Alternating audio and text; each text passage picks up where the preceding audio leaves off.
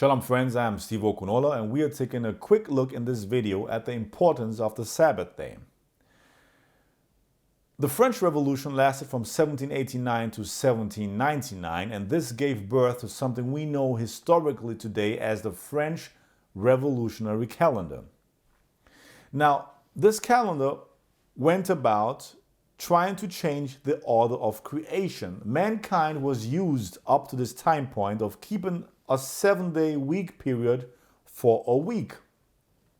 This calendar changed this to a 10-day week period. Napoleon abolished this calendar in the year 1806, and this calendar was in effect for 13 years. Scientists and mathematicians and what have you came up with this calendar, and one theme of the calendar was to remove religious attachments from a calendar. Let me repeat that. One theme of coming up with such a calendar was to remove any connotations or affiliations with religion from a calendar. Now the question remains, why would world governments be interested in changing the order of creation?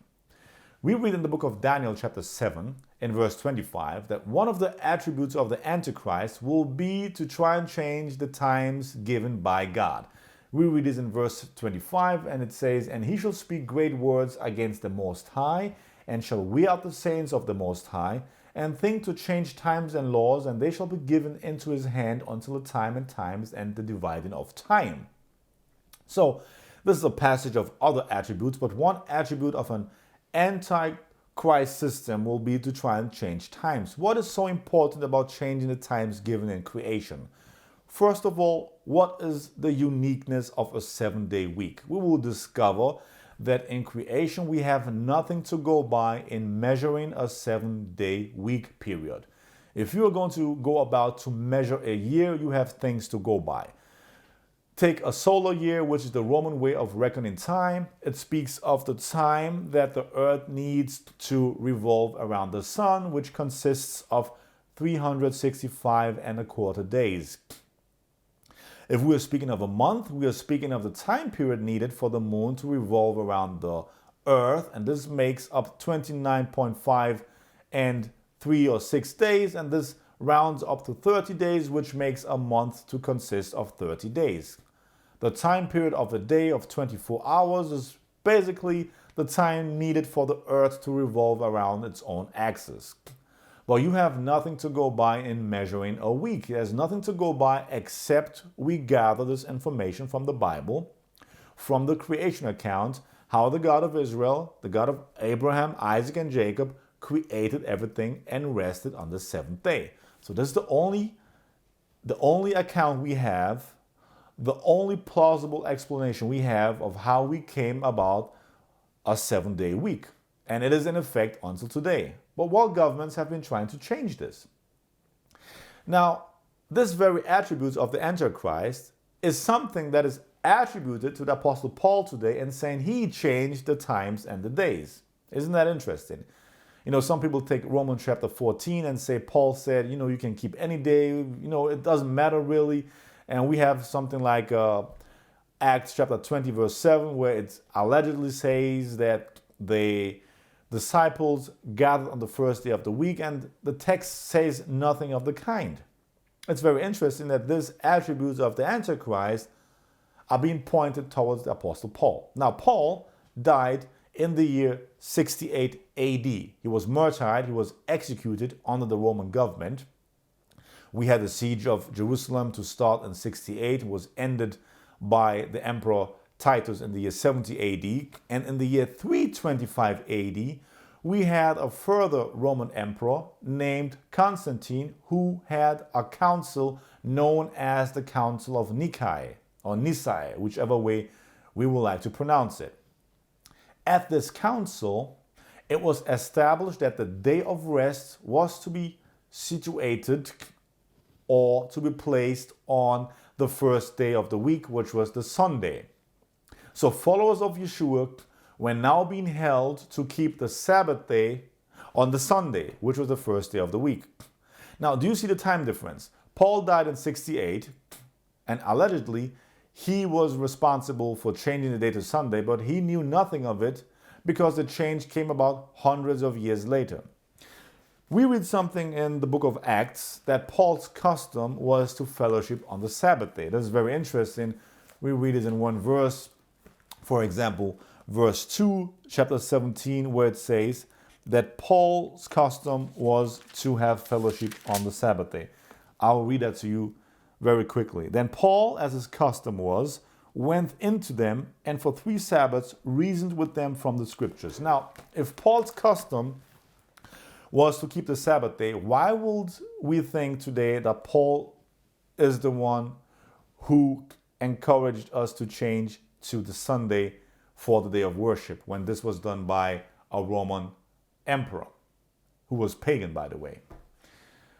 But the question remains, why will world governments be interested? Why will systems be interested in changing this day of creation? Now, it says in the book of Exodus that the Sabbath is a perpetual covenant between the Most High and his people Israel.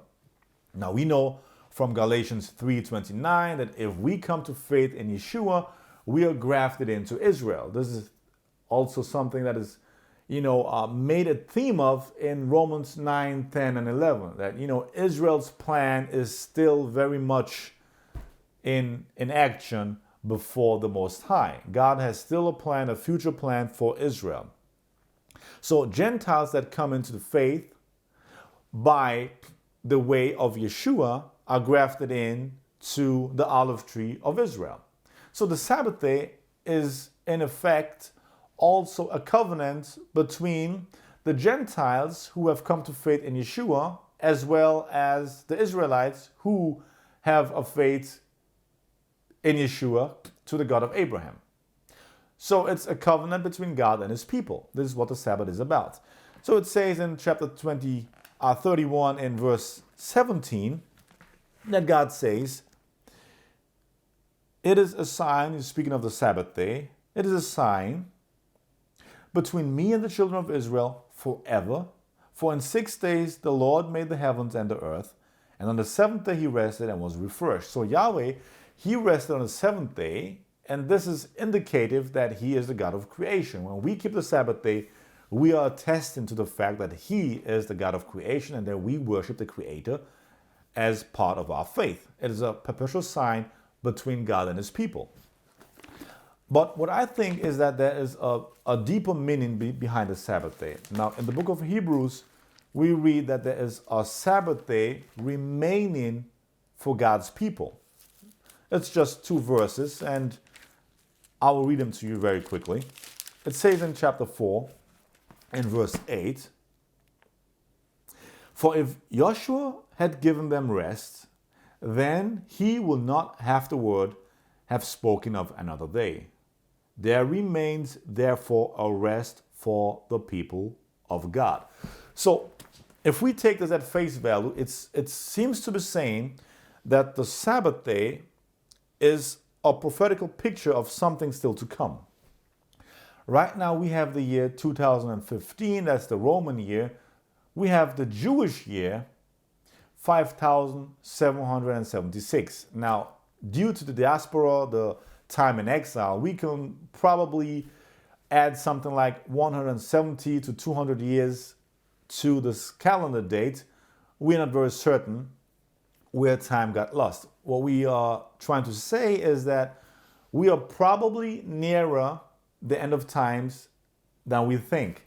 Now, the notion that the earth is millions of years old does not hold historically. We don't have any civilizations known to us which have been found older than 5,000 years. The oldest trees are something between 4,000 and 5,000 years. The oldest deserts currently in existence are something like 4,000, 4,500 years. So it's very indicative that we have a young earth.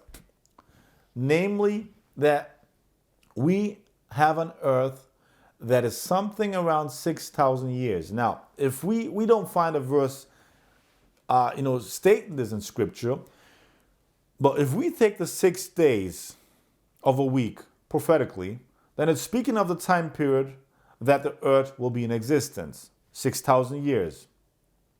And the Sabbath day will be representing the 1,000-year reign of Messiah. So in actual fact, God's people are practicing via the Sabbath day of entering into his rest as was recorded in the book of Hebrews. Now, there's something that you're doing practically if you're keeping the Sabbath day. When I was on marriage, I had no problems keeping the Sabbath day. I had to get used to it. It used to be the busiest day of my life. I went out shopping, doing laundry and all this. But when I came to the knowledge of Sabbath day, I used to keep the Sunday before. When I came to the knowledge of Sabbath day, I had to restructure, rechange my life. My habits and my ways of doing things had to change because I knew Sabbath day is a commanded day of rest. So something happens practically as you are doing this. You are preparing for something, you are changing your ways of thinking, your modes of doing things, and it starts to change you. You don't travel as much as you do because you focus on the Sabbath day. You don't do the business as you used to do it because you focus on the Sabbath day, and many other things. Now, God is a practical God.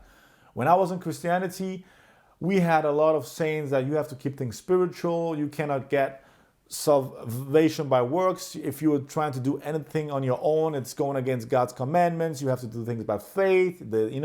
You don't do anything practical. The Hebrew mindset is you do almost everything practical, and this leads you to spiritual truths. So as you are keeping the Sabbath day, you are being trained into something that is still coming. You're focusing on something that is prophetically still going to happen. Now, if we're going to stand before Yeshua, we better be holy, by his Spirit, and be putting to death the works of the flesh. How do we do this? By faith in Yeshua, by the power of the Spirit. And we are preparing for the 7,000 year period where Yeshua will be reigning on earth. Now, if we know we are going to be a holy people, we have 6,000 years to prepare for that. Just as you were preparing for the Sabbath day in the 6 days. When I got married, we had to change other things because my wife and I had different ideas of how to keep the Sabbath day and how to prepare for the Sabbath day. So when we came together as a couple, we had to find a new way of going into the Sabbath day on a mutual basis. Okay? So it took some work and some reprogramming and some rechanging to get us together to keep the Sabbath day as a couple and later as a family. So these practical things start to change you and start to make you understand that we are still waiting for a Sabbath day. Now, if this Sabbath day was changed and you don't have this training, you don't have this preparedness, you are also likely liable to be missing out on the bigger picture. It's just like an architect. The plan of a house starts with the drawing and the mapping out and the details, and then you go out and build the house. Now, if the plan is faulty, the house is going to be faulty. Yeshua says if we are trustworthy in the little things, then the bigger things will be entrusted to us. So I think what my explanation is, why there's such a war going about the Sabbath day, is to keep God's people in being prepared for the day when the King is coming back.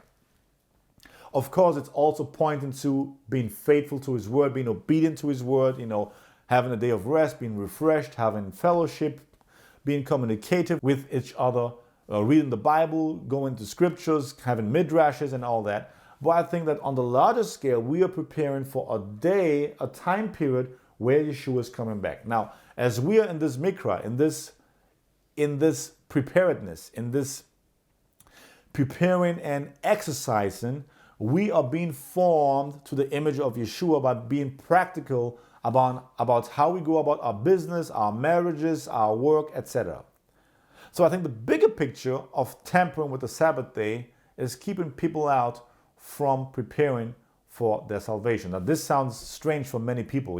How do you prepare for your salvation? Well, Paul says in Philippians 2 that we should work out our own salvation with trembling and fear.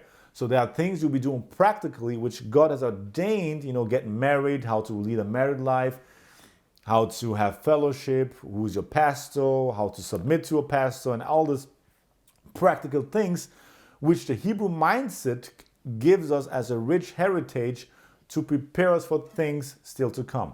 My friend, I hope this little short expose helped you to maybe restructure and rethink about some details what the Sabbath is really holding for us and being prepared for the day when Yeshua is coming back to this earth to take his bride in utter holiness. Shalom be with you, my friend. Until next time.